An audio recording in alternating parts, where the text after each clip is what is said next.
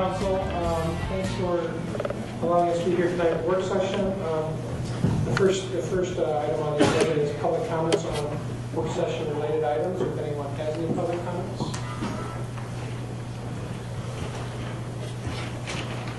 Does anyone like to comment on tonight's work session? Yes, sir. Dr. Lusky on 4th Street. Just on this item D, I think before you put any money to that into that peninsula district down there, I think we should fix the infrastructure in the city here first. We can't be pouring $1 billion into that when we got $6-7 million of infrastructure work out here to do. Maybe I'm wrong, I don't know. Thank you. Anyone else? If not, I guess we move on to the... Well, so the first item up tonight is a joint discussion with the Ad Hoc Street Committee on their final report. So we have various members from the Ad Hoc Committee. I don't see Mr. Haw, but I see Linda Beaton here, Jerry Novak here, Joe Maxey here, Bob Warple here. Councilmember Zielinski sat in on it both as a citizen starting and as a council member at the end, as well as Mayor Kenny going through the entire project. What we have for you tonight is on your desk, you each received a hard copy of the final report that was presented by the committee, and tonight we'll be going through and making a presentation to you presenting the findings of the Ad Hoc Street Committee's report tonight, and then afterwards if there's any conversation discussion, we thought we'd follow up with that. So I'm going to run through this presentation, which pretty much summarizes the findings of the Street Ad Hoc Committee. There's a lot more detailed information in the report. There's appendices, there's the minutes from the meeting,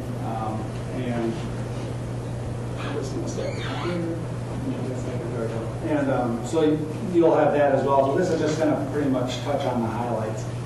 So as Mitch mentioned, the street committee members are Linda Beaton, Ed Cody, who's not here tonight, Gerald Haw, Bob Horncole, Colleen Kenny, Joseph Maxey, Jeremy Nowak, and Roger Zielinski. Just a quick history of the street discussion that has been going on. Back in December of 2013, staff presented an updated street asset management plan to council. And then later on that spring, council adopted a strategic plan which had a strategy that was looking to address the streets and to try to generate some more revenue, and also looking at options for upgrading.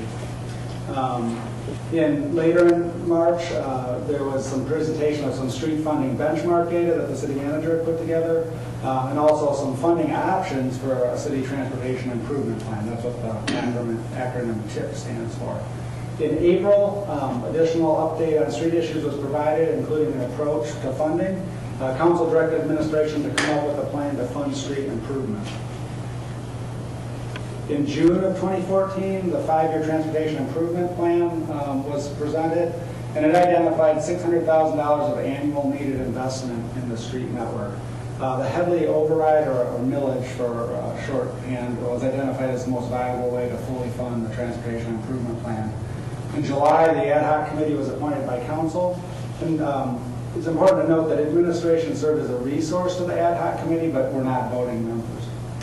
The committee met 5 times and issued the final report dated January 22nd. That's what you have on your desk tonight. And then tonight we're doing the presentation to council. Just a quick look at the street network. As I said, the transportation improvement plan that was presented concluded that $600,000 of funding annually needed to maintain the street network with a slight level of improvement. That would be $200,000 in major streets and $400,000 for local streets. These charts here, and we have new data for 2014 that has to be compiled still, but that shows the conditions of the streets as of the 2013 PACER rating. And those funding metrics, it's important to note, are based on the best information available as well as industry standard accepted tools and techniques using PACER's grading data and RoadSoft software and the expertise of our public works director and city engineer. This has been presented to council previously and is in your report, but it shows if you had that level of funding, what the impacts of the street network would be. So on the major streets, you would end up with 23% good, 21% fair, and 55% poor over a 10-year horizon. That's the chart down here on the lower right. You've seen that chart before. This is what it would look like with no investment in the streets. And you can see the poor roads rapidly deteriorate. Local streets with $400,000 annual investment, 28% good, 16% fair, and 56% poor. You can see what that looks like over here. And again, without investment, they'll rapidly deteriorate. Keep in mind, these are projections only, and there's lots of variables that go into this, but it's the best information that we have based on the model that we're using. We're going to get into the committee recommendations and findings. The overall biggest recommendation of the committee was that they wanted to use a hybrid approach to funding the transportation improvement plan that uses multiple sources of revenue.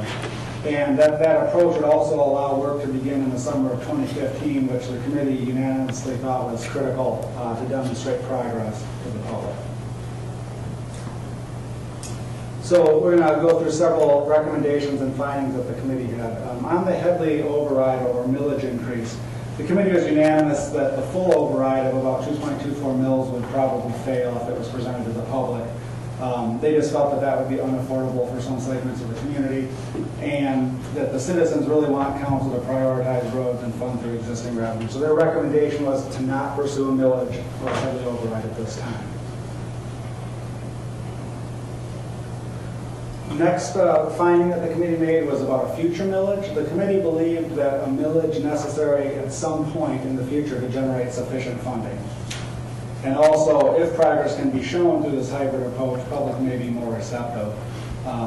So I think the discussion was that maybe a smaller millage down the road might be more saleable, but it is necessary to generate the additional dollars absent some big change in state funding. So the recommendation was consider a smaller millage request in the future once progress is shown and the overall funding situation becomes clear. And we'll talk more about what the state has done in the last 3 months later in the presentation. Capital Improvement Fund. The committee feels that this fund should be used to help improve the streets, but we must honor the past obligations that have been made out of that fund. And that it should also be a significant source of ongoing funding for streets. So they had 3 recommendations regarding that. One is to commit at least 80% of the unobligated oil and gas contributions to this fund for streets. The second recommendation is to consider greater amounts as obligations expire. So as some of the loans and stuff are paid off, council should consider using more of that money for streets. And finally, use 50% of the unallocated reserves as a boost to funding in year 1 only. Oil and gas fund. This was discussed at length by the committee, but there was not a consensus reached on this particular topic. Some wanted increased spending, but others did not. And also the Oil and Gas Investment Board had weighed in on this and felt that increased spending amount was not in the best interest. However, the recommendation of the committee was to increase oil and gas spending rule allocation from 4 to 4.5% for up to 5 years to fund the transportation improvement plan. This was probably the single most contentious issue in the committee in terms of trying to reach a consensus. This is in your report. This is an Oil and Gas Investment Board resolution where they support managing the oil and gas fund as is and not raising the spending rule. Next recommendation and finding was the use of general fund resources for the street network. That was discussed at length.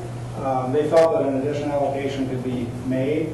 And the committee suggested several areas that the council might review, including operating support for the Ramsell Theater, appropriations, and in a few years out, operating support for the community pool and or freed up city hall bond payments. So the specific recommendation is to commit at least 2% of the annual general fund budget to the transportation improvement plan through the annual budgeting process.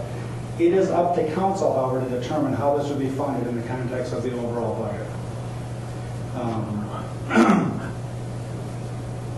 Last recommendation, adequacy of funding. The committee acknowledged that this hybrid approach doesn't generate the additional $400,000 that's needed.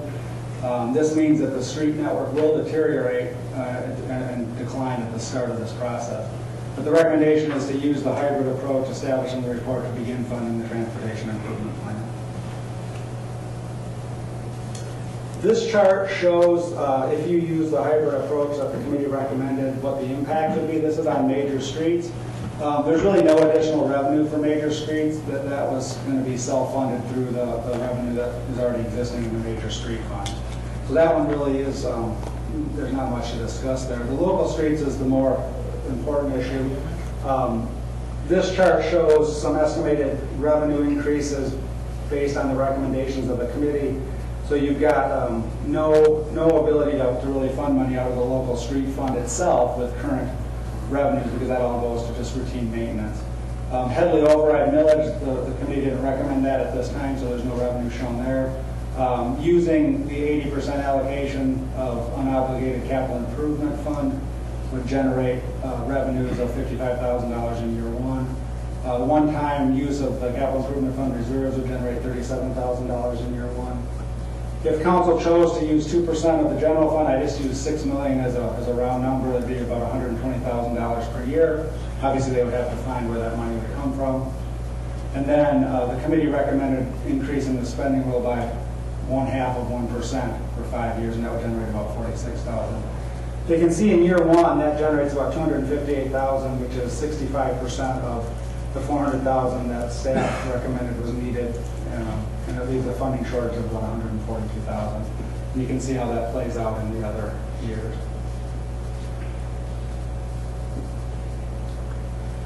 State funding update. One of the committee members, Jeremy, asked about this, and so I'm glad I had this in here. There was some information in the report that's been updated, and there was a lot of activity that happened in the lame duck session of the legislature.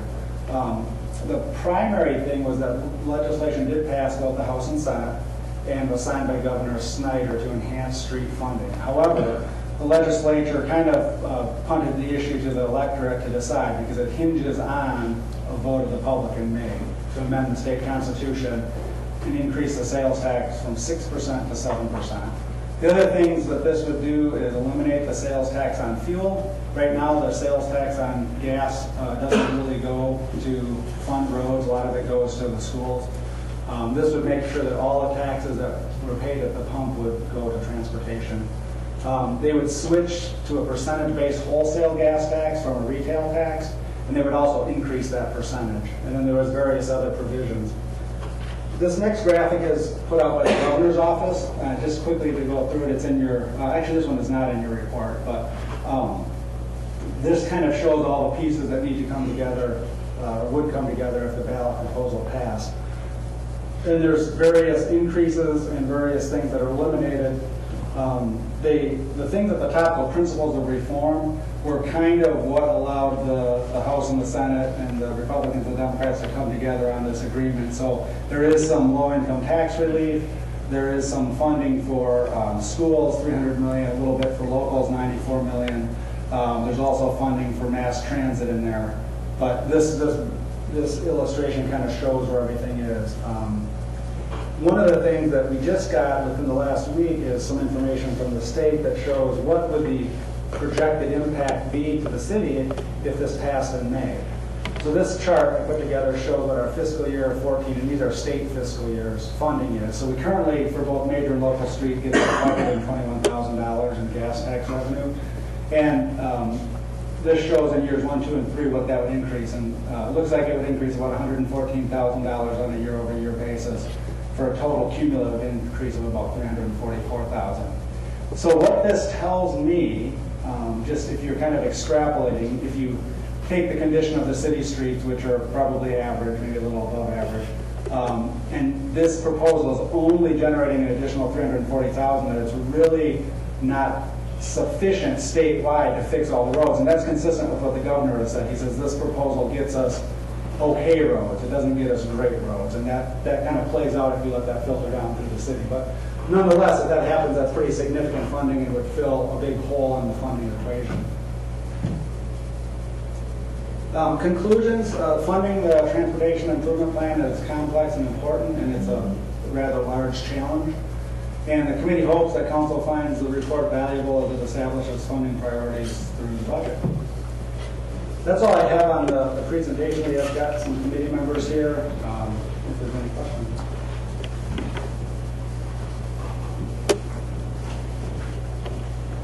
Any questions? I think I'd first like to commend the committee for their outstanding work in the report that's provided. I think when we look at what the state is putting on the ballot and what their contribution would be, I see that it's going to take major action on the part of the city to actually restore some of our streets and get a program going to maintain them and improve the quality throughout the city. Long term,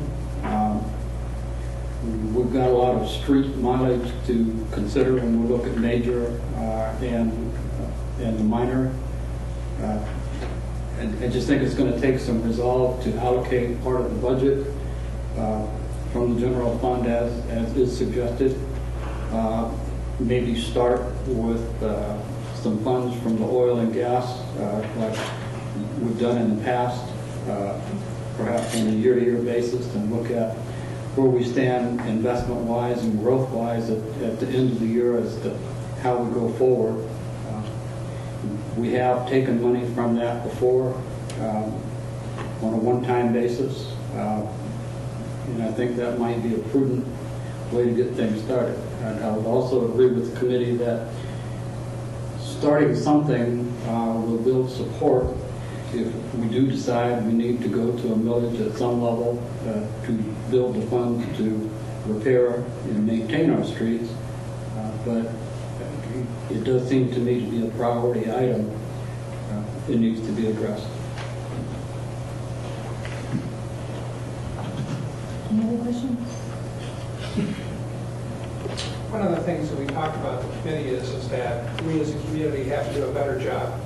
When we start working on streets this year, we need to do a better job really letting the citizens know where the funds are coming from the streets, really advertising, marketing the project. Marketing is maybe the wrong term, but really educating the citizens as to where the funds coming from when we're working on individual street projects.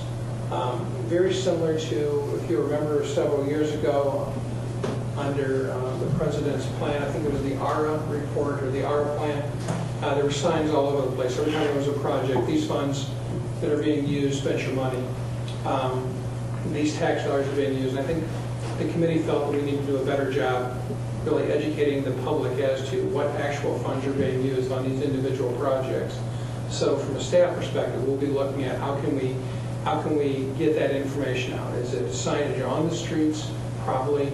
Is it use of social media? Yes. Is it use of the newspaper and the other media outlets? The answer, I think, is yes to all those. But that was a discussion that we had, and one that I think we committed to was to do a much better job in regards to education of the public about where those funds are coming from.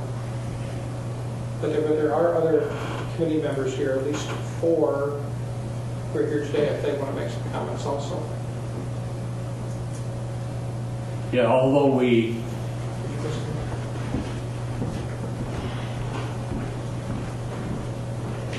Bob Markle, member of the ad hoc committee. Although we all didn't agree with a lot of the things that are in the report, I think we all came to a consensus that we have to start someplace.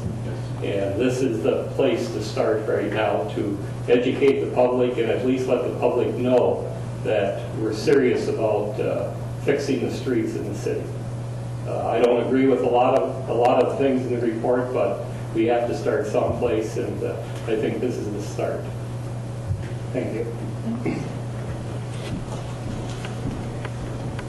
I appreciate all the time and effort. There were several meetings that went on for several hours, a couple hours. People dedicated their time to help kind of resolve where we can start on funding these streets. And I agree with Bob. Not everybody agreed with everything, but I think everybody did agree that it's going to have to be a hybrid approach to get these streets funded.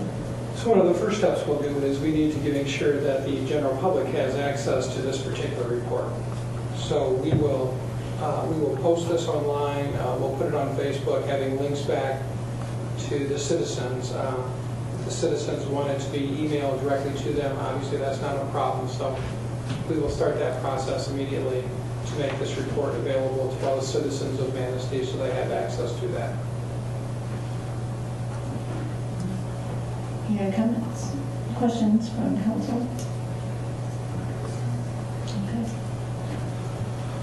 Thank you. Next item. What's in there? Sorry. Linda Beaton, I'm a member of the ad hoc committee. If you're going to put it on social media, I think you should open it up so that people, the citizens, can make comments on the report. I think that way we can get some feedback from the public.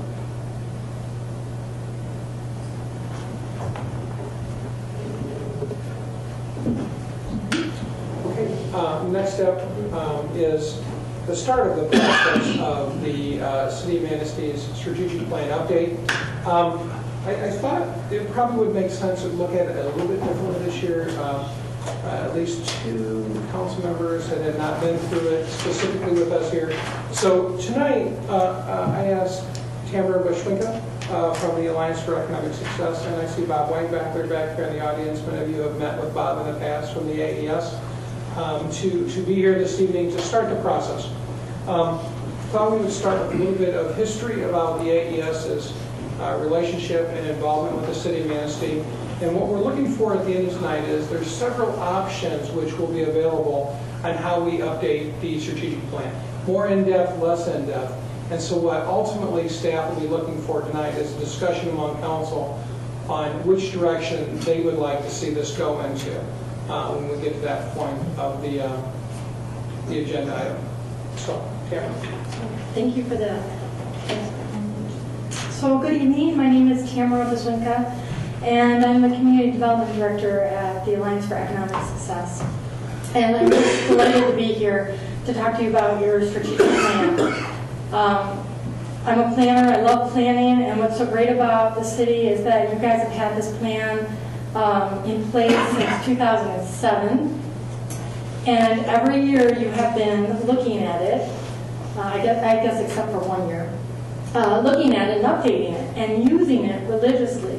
And that's really fantastic. You report on it every year, you link your accomplishments back to the plan, and it was great to see the presentation beforehand where you actually utilize some of the strategies as just a reflection back to the direction that you set in your strategic plan, so I applaud you for that.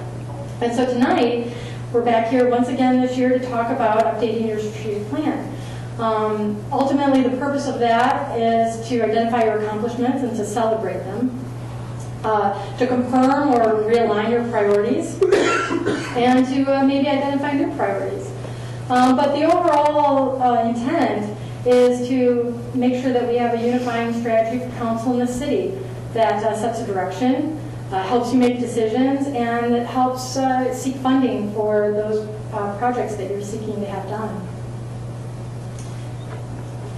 So today we're going to talk about all the options for updating the plan, and Mitch gave a little bit of a precursor to that. We're going to begin the process per your direction, and that may mean that we're going to look at all the plan, parts of the plan, or a set of work plans to finish the work, and to determine, again, the next steps. So there are a spectrum of options that we can look at. We can do 1 or 2 sessions to tweak the existing plan, and that's what you have been doing quite successfully. You could look at having some stakeholder input, a couple of input sessions, and a couple of committee meetings, and tweak the plan that way. Or you could do an all-out, full-blown revision of the plan, and we'd run the process like we do if it was a brand new strategic plan. So, you know, that's a spectrum. There could be differences between the different levels. But really, we are seeking your thoughts on how you want to approach this. So, you know, I've got the plan right here. I've got the update that you did last year. And I don't know if you guys have seen the original one 7 years ago. But every year you get a report back from AES that has all the revisions. So I'm just going to give this to you. I think you probably already have it. Yeah. And I'm sorry if I don't have protocol. I should Thank have you. put it on there.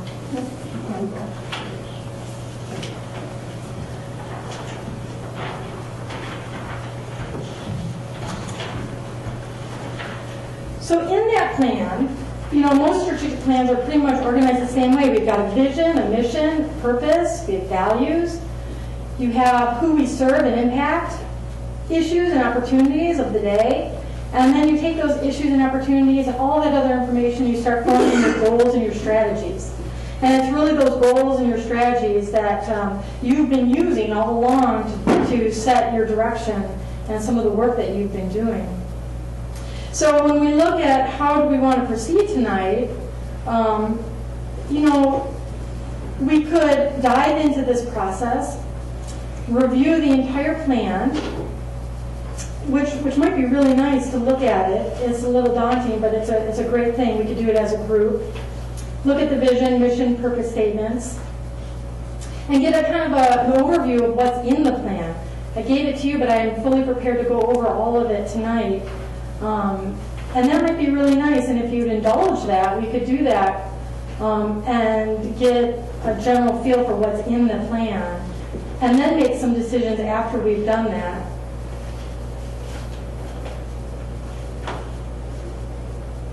You want to do the plan tonight, or do you want to sound high level? Yep. All right, fantastic. I have a couple, this presentation actually takes us through the entire strategic planning process, and I've got a couple spots where we may stop, and you can decide if you want to continue on. But let's look at your vision statement. And you know what? I did print out this whole PowerPoint for you to take home as well, but I know you have it on your screen, so if that's good enough for you. But I also have it on paper if you would like that to take home. The vision statement. Manistee will be the community of choice on the Northwest Michigan coastline with a strong, diversified economy, providing opportunities for all, a city whose prosperous past continues into the future. So the vision statement is always your ideal state. It's what you're really striving for. It's that dreaming, that big dream. And so the question is, does this still describe the ideal state for you? And that's something that maybe you can't answer right now, but it's something to think about. So every slide is going to have a question like this, okay, for you to think about. Mission statement. To competitively position the city of Manistee as the community of choice and destination for residents and families, businesses, industry, and tourists. So the question to think, does this describe what must be done under council's leadership to attain the vision? So is this what we're going to do to get to that vision? Council purpose. The purpose of the Manistee City Council is to provide direction for the community on behalf of its citizens. The council will achieve this through exemplary leadership and by being accessible and approachable for all, upholding policy, ensuring financial stability, and providing citizens with safety, economic opportunity, and a better quality of life. Is this what you do? Is it sufficiently clear and encompassing? Those are the questions you need to think about. Values. Basically, are these clear, accurate? Do they still reflect what you believe? You believe in fairness, integrity, honesty, and the highest ethical standards. Commitment to the community and to their respective offices. Trust, responsibility, tolerance, accessibility and approachability. Respect, listening and being responsive. Responsiveness, leadership, universal access for all people of all abilities. So those values still reflect what you believe. Who the city serves and impacts. Is this accurate and inclusive?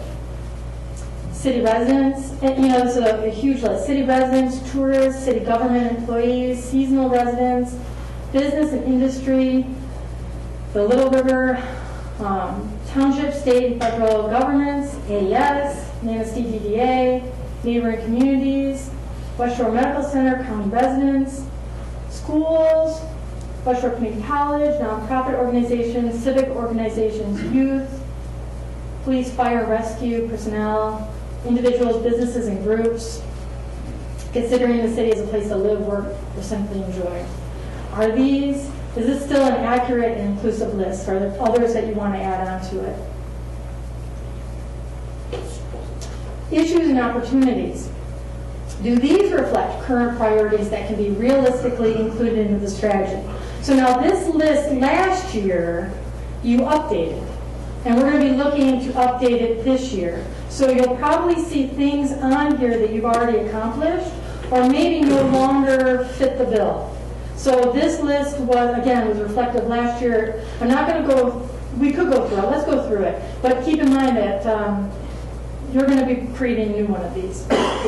So last year you said you need to identify and assess options for new revenue streams, opening River Street to more opportunities as an economic driver, maintaining jobs and creating an environment conducive to job creation, maintaining city parks, including consideration of proposed I think it's supposed to be adopted park concept, improvements to Fifth Avenue Beach, picnic and sidewalks, community blight, continued decline in state funding, decline in transportation funding, strategy for the Peninsula District, conditions of city streets, looking at the management process, decline in financing conditions on the north side and cost of repairs, maintaining the millage rate in a time of declining revenues, and status of public safety programs in view of declining funding.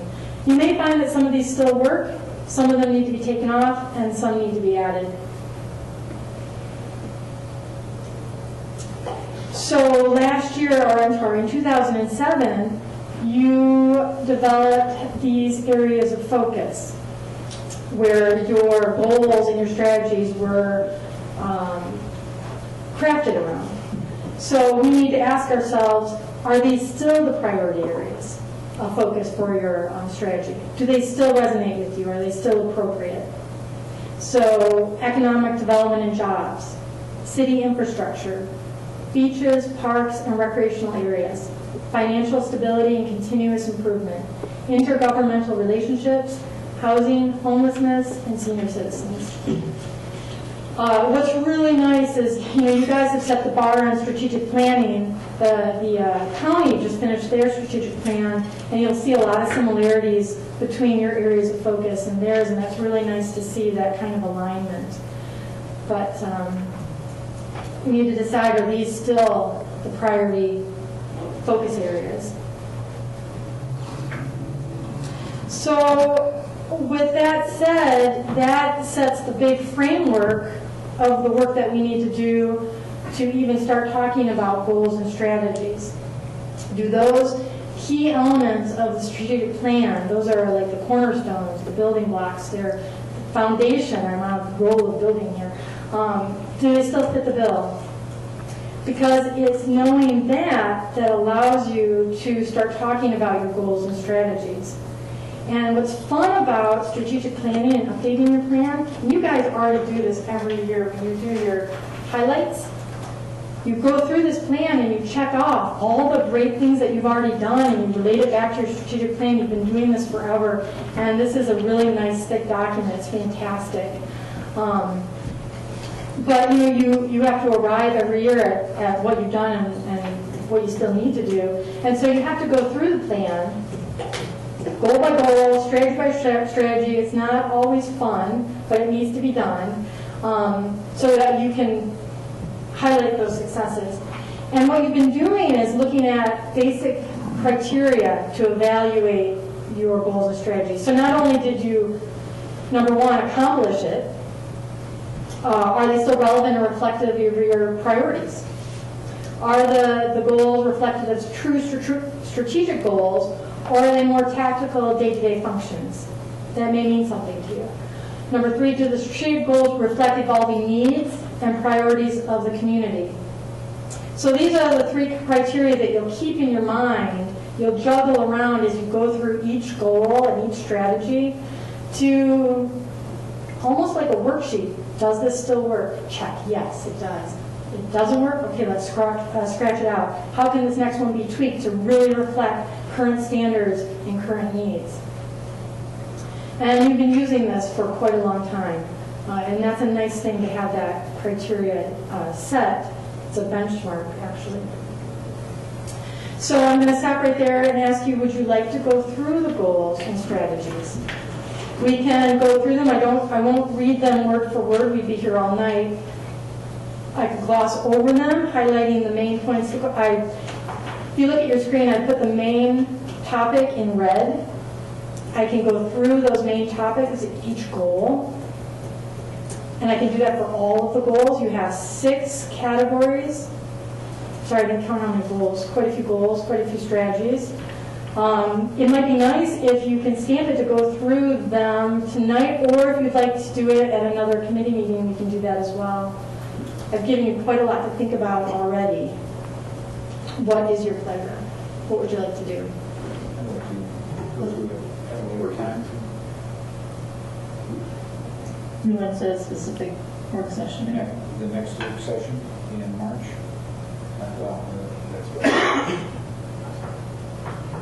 So ideally, we need to get this kind of in place for the budget. I say if we can go through it on a high level and then go into more detail, at least then we've all at least have seen it at least once. So when we do get back to it and start really getting into it and making any adjustments, it should go quicker.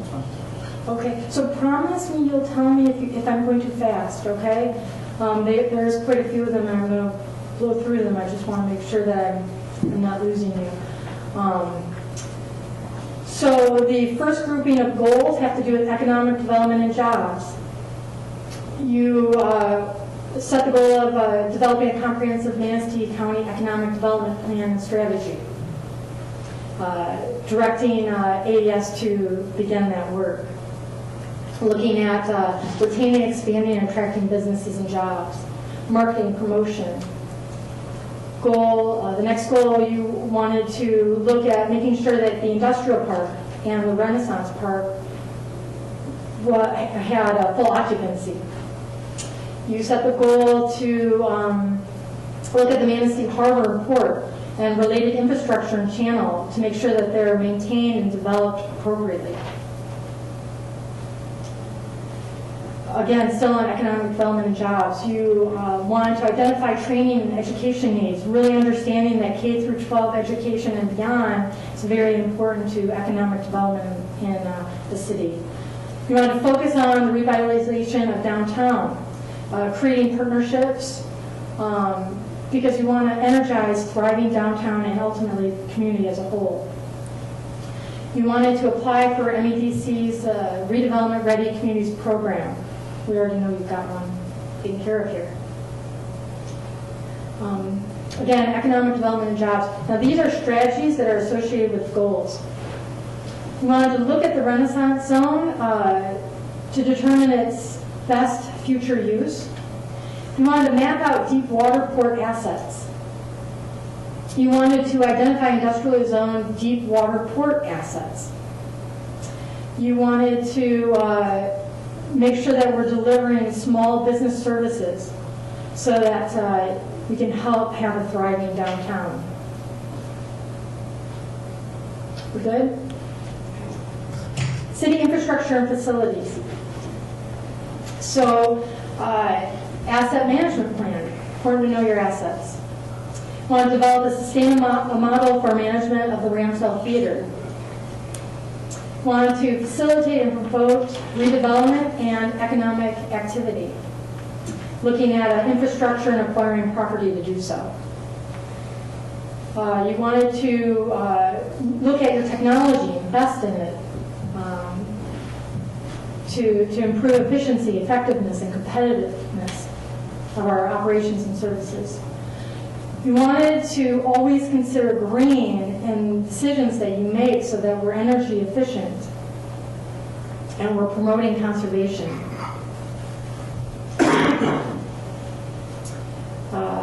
Lots of strategies under city infrastructure and facilities. You wanted to complete the building asset management plan.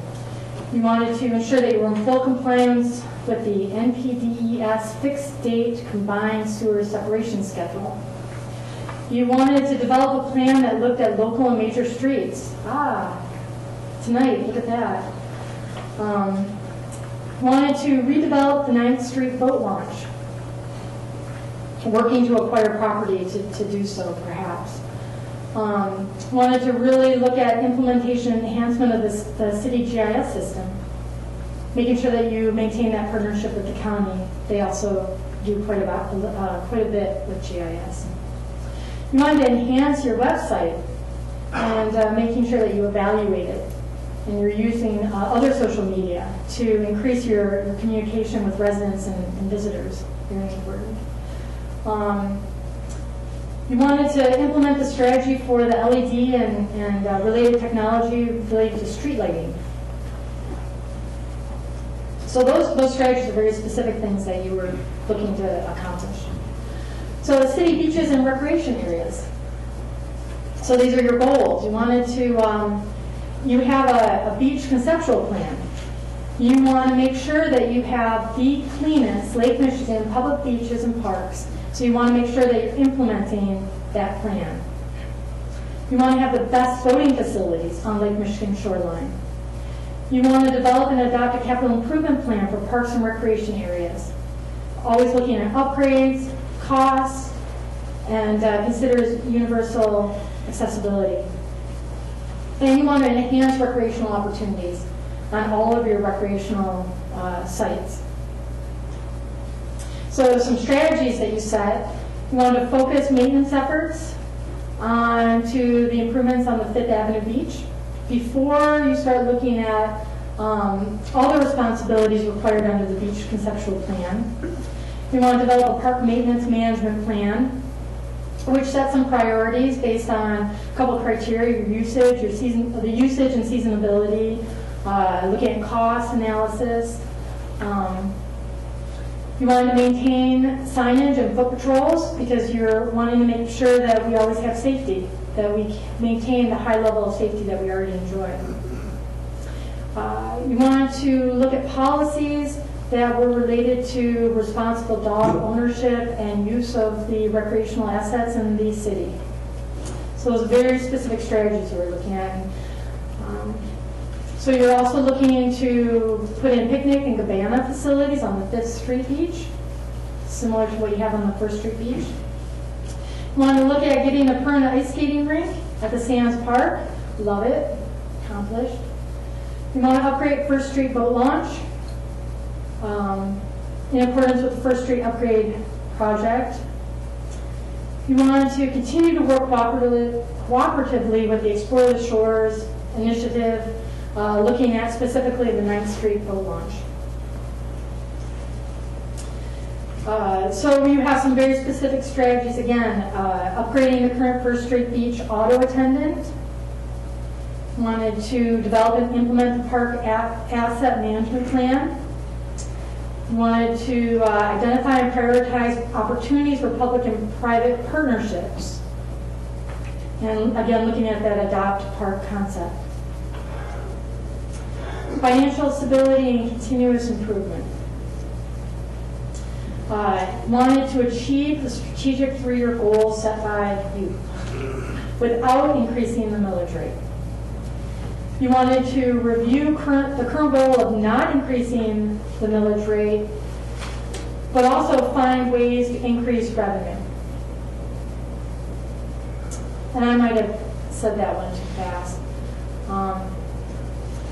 Financial stability and continuous improvement, again, set the goal of ongoing process to assess and ensure the efficiency and effectiveness of your services, programs, operations, including looking at best practices from other communities and assessing those. Looking at the city's economic vitality improvement program, you've got a dashboard, making sure that that has measures are meaningful to you that really show progress in your viewpoint. So you set the strategy of making sure that we really look hard at making sure that we study this, write the white papers, And but you did set a little bit of a focus. You said develop a white paper covering the clerk treasurer functions. Intergovernmental relations. You set the goal of that you wanted to collaborate with other units of government to leverage technology and provide services. And you wanted to do this collaboration and potential and achieve potential service sharing. So one of your strategies was to explore and carry out collaborative meetings with other neighboring counties and cities. Wanted to continue intergovernmental service sharing opportunities with identified in the OSA report and the departmental white paper reports. So this is the last grouping, the housing, homelessness, and senior citizens. So you set the goal of working in partnership with all the partners, specifically Manistee Housing Commission, Central Wellness, the DDA, to develop a housing strategy. And again, we're looking at current and projecting housing issues, looking at prevention for homelessness, looking at low-income housing, perhaps, and families, senior housing, the gamut, actually. You want to work cooperatively with the Manistee Housing Commission, again, supporting their efforts and adding to them. And you want to complete an action-focused housing strategy for the county. So those, we just flew through all of the goals and strategies. Spent a lot of time on making sure that the formation of those goals and strategies are precise. And the way I just did it might have, I don't want to take away from all of that work, but those are it. So, after you've done that, now the next step is really to look at your issues and opportunities of today. You know what you did last year. We need to look at them today. We need to use that criteria to then go back through all those goals and strategies, evaluate them. And you need to create some new goals and strategies to address those new issues and those new opportunities that we know about.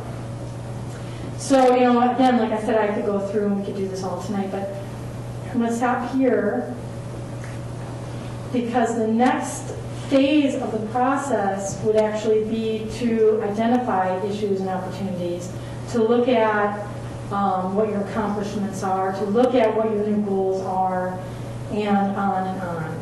Can you go back, Sure. Tamara, please, to the three options? So right back at the very beginning? Yeah, for council to consider. Yeah, the spectrum.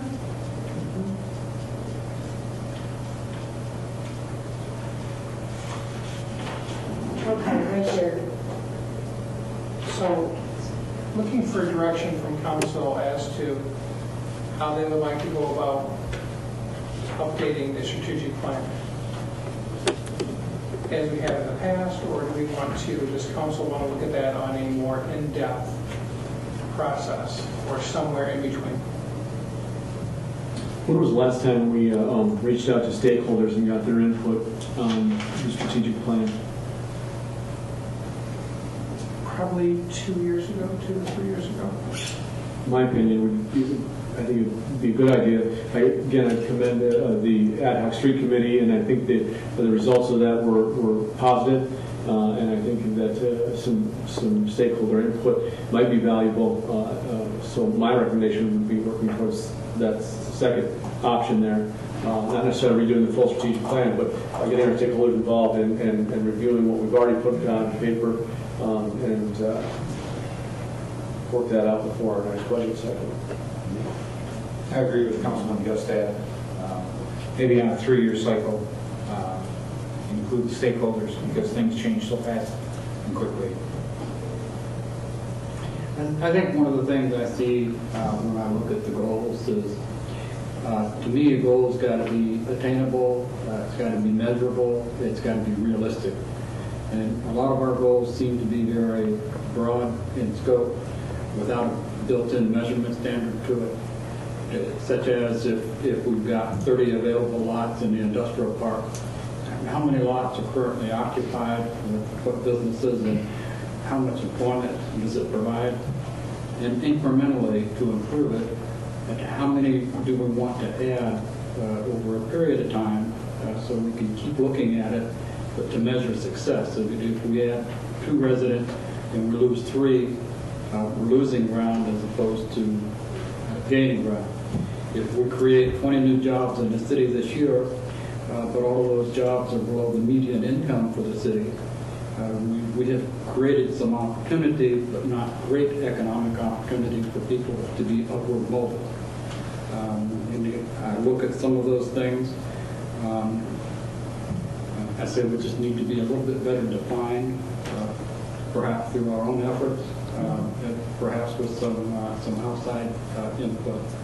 Well, I think the whole goal of these goals, what she just went through, were the broad goals and what we want to achieve. And each year, we then set those more specific type goals to achieve that overall goal. Because, as you say, circumstances change from year to year, but yet we may still have that goal of, filling the industrial park. But this year, there may be something specific that we can do for that, or we may not. So I think it was purposely set, those goals are objectives, to be more generalized, and then each year to set more specific goals and how to attain that. Those become the strategies beneath the goals. So 1 to 3 years have 30% occupancy, or managing this process. I did it for 8 years at the casino, and it becomes very complex. But you set a goal, and then you build strategies beneath those goals to accomplish the higher arching goal, as Mayor Kenny had addressed. And I agree, there should be some more specifics to those. And I think that's why it's critical for us to reevaluate, not necessarily recreate the whole wheel, but I think that option 2 gives us an opportunity for this this panel to have insight, as well as getting our stakeholders involved to tweak that and make that more reflective of what our needs are today. I agree with that. I think that having stakeholders involved can determine our success or failure. The more we can involve them, the better off we are. Well, I guess the majority of council would like to then proceed with the stakeholder input. Can you tell me, I'm not familiar with your timeline you're trying to achieve before the budgeting process. I want to develop the scope of work, the timeline for getting what we need to get achieved, but I'm not quite sure when we would need, what's our backlog? In 1 month. Well, with that, one of the things that we do is identify stakeholders. And so I have 1 month to reach out to stakeholders and get their input. Usually, when you're starting off this process from scratch, one of the first things you do is say, okay, who are the stakeholders you would like to identify that we're going to reach out to? I think a lot of that already is identified In the plan itself, where we have identified the stakeholders. Use that as a guide? Okay. There clearly may be new stakeholders that we did not anticipate several years ago, but I think the existing list of stakeholders is quite complete. It just may need some augmentation, increasing it by some things which have changed. Would you be okay with me working with staff to identify maybe the gaps in the stakeholder list?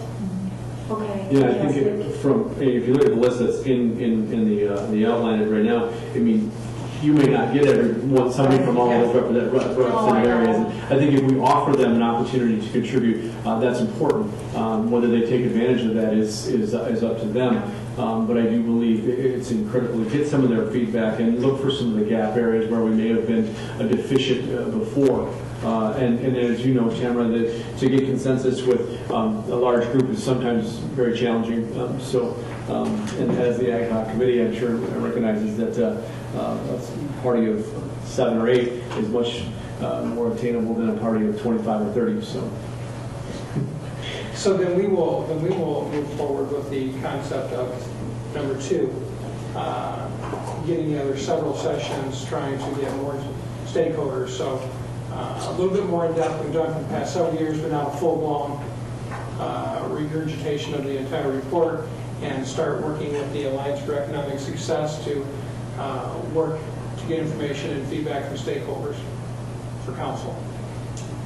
It most likely will require some additional, potentially, meetings with council to directly discuss the strategic plan. We'll try and double it up as much as possible with existing council meetings and recognize your time commitments, but there may be some additional timeframes and needs for some meetings as we go through this process. Lights. Oh, sorry. Got the lights off, got the lights on. Well, I really appreciate you allowing me this opportunity to come in and talk to you about your strategic plan. I'm not joking, it's so much fun to talk about updating a plan and having successes and recognizing those. I printed off the PowerPoint presentation, which takes it through the entire strategic planning process. I'm going to give it to you because you could use it as a worksheet, and it helps you direct your thoughts through the process, and you might find that helpful. So again, I thank you very much.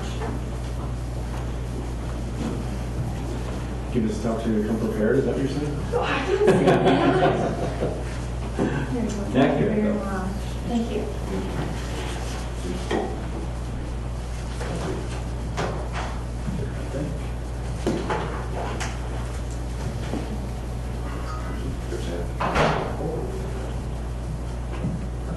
Okay, so last item tonight, council, is the continued discussion of the Peninsula District. Before I left last week, excuse me? Oh, I was on the wrong one, I'm sorry. I was looking for yours. I just hit the 2015 strategic. Before I left, Denise and I had started the conversation about what information still council needed. We've discussed this on multiple occasions. You've all got the information. I think you need to look at it. But there were a couple of different pieces of information that I thought were important for Denise to share with you tonight for your continued discussion. So you've got how many slides? Only like 10 or 12. Several slides, a quick amount of slides to go through tonight with you, which would then lead into your conversation tonight. All right. First, we just wanted to give an overview of the background on it, starting actually back in 1999 when the Renaissance Zone designation was received for what was the vacant property that Mr. Seng owned that was then sold to consumers. In October of 2007, the Manistee Peninsula Redevelopment Infrastructure Needs Assessment was done by Wade Trim. And in November 1st, the Memorandum of Understanding was signed by Mr. Seng. In January, the Development Agreement was signed by Mr. Seng. That was in 2008. In July of 2008, the Neighborhood Revitalization Action Plan, Manistee Peninsula Plan, was completed. In September of that year, the restrictions began to fall in place from the development agreement, including that there could not be any stockpiling. And it also discussed relocating the landscaping operation, but that then got moved to a later date. We're then up to October of 2009, when Mr. Rose sent a letter to Mr. Seng regarding the relocation of the landscaping business. Then starting in January of 2010, January through May, the Planning Commission began working on amending the waterfront zoning district, including the removal of shipping. That then went to City Council. From September to December, they continued their discussion, and there was a lot of different alternatives that were discussed. In January of 2011, January 1st, the landscaping operation and the landscaping operation was to be relocated, and the Riverwalk easement was to be in place. January to December of that year, council continued their discussion on the ordinance amendment. They then continued that discussion in January of 2012, and that ended up resulting in the creation of the new Peninsula District that took an effect on June 19th of 2012. November through December, Mr. Sang sent a letter to the city requesting to resume his operation. In December of that year, the parcel was sold to consumers. That was the vacant parcel. In September of 2013, staff received a call from a citizen complaining about the logging trucks that were going down to the peninsula. Staff followed up with a staff report. Photos were taken.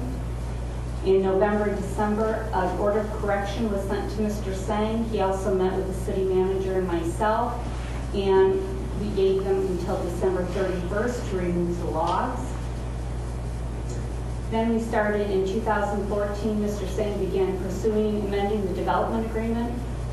In January, he attended both the city council and the planning commission meetings. In February, the consideration of a request from Mr. Sang to amend the development agreement failed at city council with a vote of 2-3. In March, a request for a zoning amendment was received. In April, the request for the zoning amendment failed with a tie vote of 3-3. In May, I sent a letter to Mr. Sang regarding the landscaping operation. In June, council member Zaring wanted to reopen the same request. In July, there was consideration to amend the development agreement by city council that was tabled for 2 months for the planning commission to look at the peninsula zoning.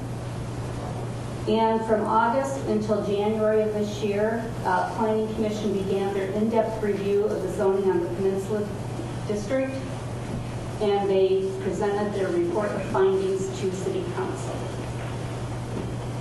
And I'm just going to go over some of that report of findings again to give you that background information.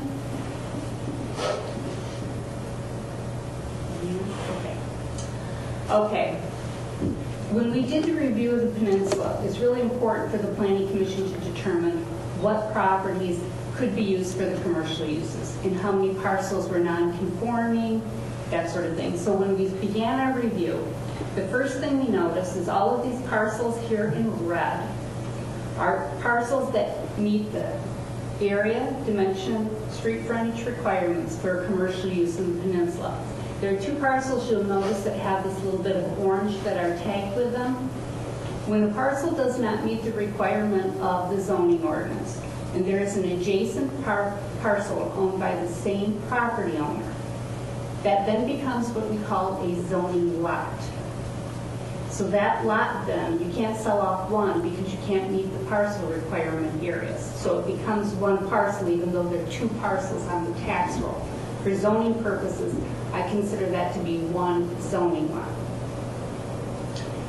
And we reviewed the peninsula and determined that 32% of the existing parcels under the current standards could be used for commercial use.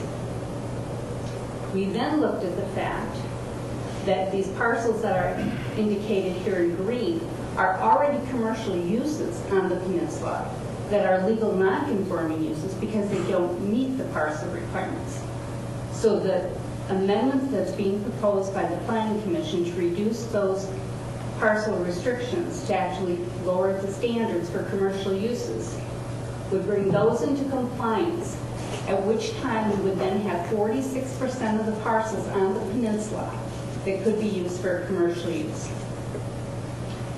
Some of them currently are single-family homes, but that would give somebody the opportunity to purchase a single-family home, convert it into a commercial use if they wanted to. Then we went further by adding the other parcels that then could be used in the peninsula for commercial use. And at that point in time, we then went from, we almost doubled the amount of parcels that could be used for commercial use after this review, if this amendment that we're discussing at the Planning Commission were to go through. And you'll notice that there are actually 2 vacant parcels here and 2 vacant parcels here that create a zoning lot. If they were combined, would meet that requirement for that commercial use. Then this is all of the parcels remaining that are non-conforming parcels. And I want to talk about this area here.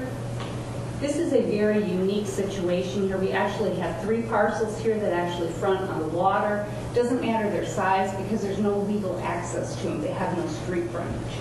One of them is owned by MDOT, one is owned by the city, and one is owned by the American Legion. The city also owns a little sliver parcel here that's adjacent to the chamber parking lot. The parcel that's actually around the American Legion, this is actually zoned by Morton's, owned by Morton's. And the remaining two parcels, one on the waterfront and the one adjacent to it, is owned by the American Legion, but it's not contiguous to the parcel. So I can't take it as being part of the one parcel that they own. The other small parcel here is the one that's owned by Nordlands and Associates. It's a very small parcel, so it doesn't meet the parcel frontage requirement. There's currently a professional office in there. Somebody could again turn around, put another professional office in there. It doesn't make the commercial use and the legal use. It's a legal non-conforming use unless the use is abandoned for more than a period of a year's time. The last one that has a commercial use is actually the Little Manistee Employees Credit Union building. Again, they continue to use that as a financial institution. They could sell it to another financial institution. But to put a different commercial use in the property would, at a minimum, require a variance because they do not have enough parcel area to meet the requirement, or there happens to be 2 vacant parcels adjacent to it that they could try to acquire. The remaining parcels, I think there's actually about 13 remaining, and those happen to be residentials. Then I want to talk about the uses by right. These are uses that somebody who owns a parcel on the peninsula can currently do today without having to come to me for a permit. They come in, I review it, say it's a use that's permitted in the district. And of course, it's an accessory building with a footprint less than or equal to the footprint of the principal structure. An accessory use to uses permitted by right. A community garden, which is permitted in all of our zoning districts. The one the Planning Commission was looking to add was a contractor's facility. A single unit dwelling is a use by right currently. And we had talked about changing an eating and drinking establishment from a special use to a use by right. People keep saying we want more restaurants, and why are we making them go through all the hoops and loops of the special use permit? Let's make it a use by right. So that's what the Planning Commission discussed doing. A gallery or museum, a minor home occupation. And the other one that's added is a mixed use. Now, mixed use gives us a blending of uses. Somebody can have a residential and a commercial in the same building, which really makes it conducive, especially in that area, for a personal residence to possibly be converted, still having living space upstairs, having the commercial use on the first floor, makes it more viable, brings more uses into the district. And having a mixed use as a use by right is a component that is required in the Redevelopment Ready Communities program. An outdoor park recreation is in all zoning districts. A personal service establishment, that's such as a hair salon, nail salon. A professional office, that would be an attorney, a lawyer, same thing, sorry about that, but an engineer. A professional service establishment, that's like a print company, somebody who does printing, it's defined in your ordinance. We have our retail business. So we always have subdivision and condominium subdivision consisting of permitted uses, plus traditional subject to the subdivision control ordinance that is in all zoning districts. Uses similar to uses permitted by right in a wind energy conversion system.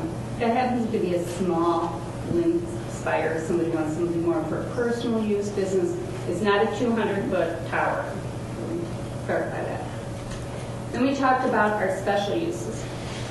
And currently in the ordinance, we have special uses that are permitted anywhere in the district, and then we have some that are assigned specifically to Key Street frontage. That means it's a designated Key Street, and you get some extra uses if you front on that. US 31 is the only Key Street that fronts any parcels in the Peninsula District. Those only affect 3 parcels, and the Planning Commission decided to actually eliminate that section, and then they were going to turn around and they added a financial institution as a special use anywhere in the district. And then they added animal grooming and a greenhouse and nursery, in addition to the uses that are already there, which is an accessory building with a larger footprint, accessory uses to a permitted by special use, adaptive reuse, bed and breakfast, convenience store without fuel pumps, a commercial and group daycare, duplex, a dwelling that's multiple units, home-based business, home occupation major, hotels, marina, parking facility, place of public assembly small, that's 100 seats or less in the main room, a planned unit development, a studio for performing and graphic arts, and uses similar to permitted special uses. So what this does, in the discussion the Planning Commission had, is these proposed changes that they've made would really encourage more commercial redevelopment in the Peninsula District as a whole. Gives more opportunities. Once you start seeing, you'll see that domino effect. You'll see one thing move in and another thing move in. But this really allows a lot of structures that currently in the district aren't able to do something that would then be able to. And I know Councilman for Goodspeed has spoken a lot about Mr. Tice's building. This really opens up his options. And the last thing they talked about was to consider allowing a shipping facility as a special use. That is if language could be developed that the Planning Commission is comfortable with.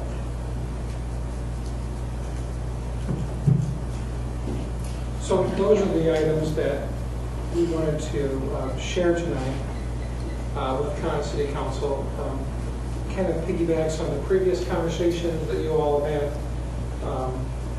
And then if we can answer any specific questions that you might have on this, or...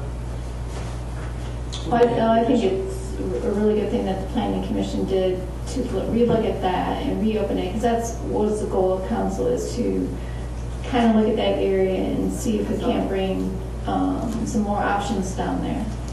Only concern that I do have is we do have a letter of agreement understanding with Reeve Riley, and I want to make sure that anything that proposed changes that we do not impact or go against what those agreements were. Currently, the city attorney is and has been exploring that particular item, and we'll be prepared in the very, very near future, hopefully this week, with an attorney opinion on that particular topic. Because I know shipping was one of that, but outside shipping, we've actually added even more uses for that area. It truly provides a lot of flexibility in the district as a whole. The other thing, and I really don't want to get ahead because I know that they're going to be doing the presentation as planned for the 17th about the Redevelopment Ready Communities program. But as a component of that, it is identifying redevelopment ready sites. And I've been working on that. The Planning Commission, we started working on that at our last meeting. We're going to continue working on that at the work session, identifying sites within the whole city that are prime, that are either vacant, abandoned, obsolete buildings for redevelopment. And part of that program and being in the program is that they will market those sites for us. And I think I identified 15 parcels total in the peninsula. Is there 15? 15 parcels in the peninsula have been identified to go as part of that report. And that's something that council will be involved in, along with the Planning Commission and the DDA and everything. It's a broader spectrum. It is one of the components of the program. I'm trying to get ahead of the game on it. But it's really quite amazing how many parcels there are in town, but how they're kind of like, some of them are really centrally located. And my hopes are that instead of them just doing one parcel in an area, that maybe we can piggyback the whole area for them to market, where they actually do some extensive marketing brochures and stuff of those parcels. Any questions or comments? and to thank the planning commission for all their efforts. I know it's a long and tedious process, sitting on that commission for 6 years. It's a difficult thing to do to consider rezoning, and unfortunately, it's a task that at the end of the day finds you in a position where you can't make everybody happy. And again, I know how hard that can be. So thank you for your efforts.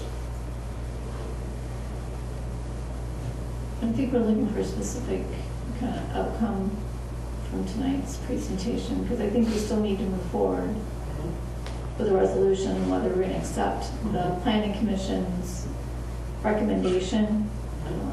Part of it, all of it, together individually, right?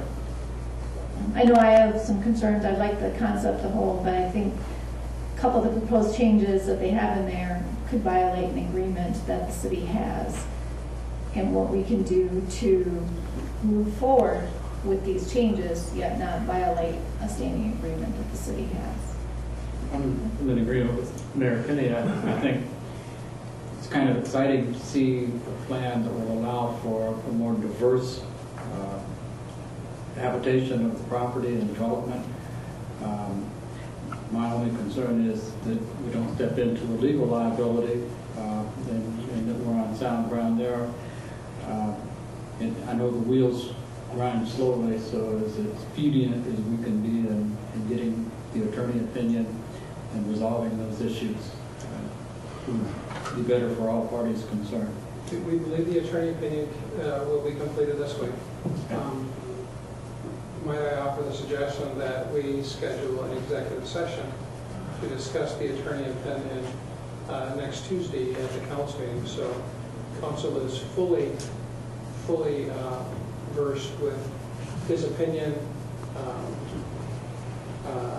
the options associated with opinion, and the risks associated with decisions which council might make or not make. Is that? Yeah. Barring any bear traps we'll step into from what we presented here, I feel good about what the planning commission did, but obviously that legal opinion is pretty critical for us not to. So, legal, okay, so that's the direction we'll go. We'll have that in an executive session for next Tuesday. Today is the 10th, so the 17th. Which I will not be at. Just let me know, I will be there. You can, I'll be in Mexico. would you like to, when are you leaving, Councilor Goodspeed? I do this Saturday. If we can get it done in advance, might you have some time on Friday that we could chat, possibly the three of us?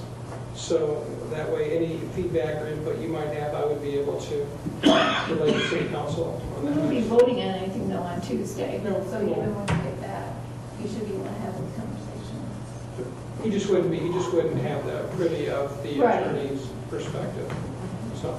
I'm just saying if he didn't have that right by the time he needs to leave, that we're not voting on anything due to the executive session. No, you're not. No. I guess my question is because I assume the only thing that you're concerned about is actually the language for the shipping facility, which that language still has to be drafted. You know, the other amendments. But I think we need to wait based on the legal opinion and what council feels comfortable, whether that's even something you want to move forward with. No, I meant the rest of the other changes that we've recommended that the planning commission look at. Special rights, special use. Yeah. Change, special use. Yeah.